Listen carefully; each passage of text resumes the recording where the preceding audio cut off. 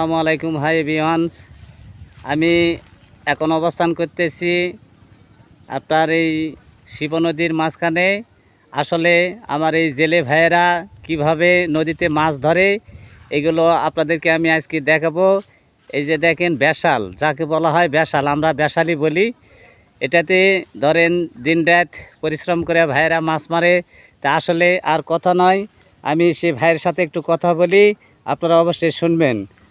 সালাম আলাইকুম ভাই। ওয়ালাইকুম সালাম। আপনি এই ব্যাসাল কত বছর থেকে বন? আমাকে ব্যবসা 25 বছরই করা হয়। প্রতি বছর।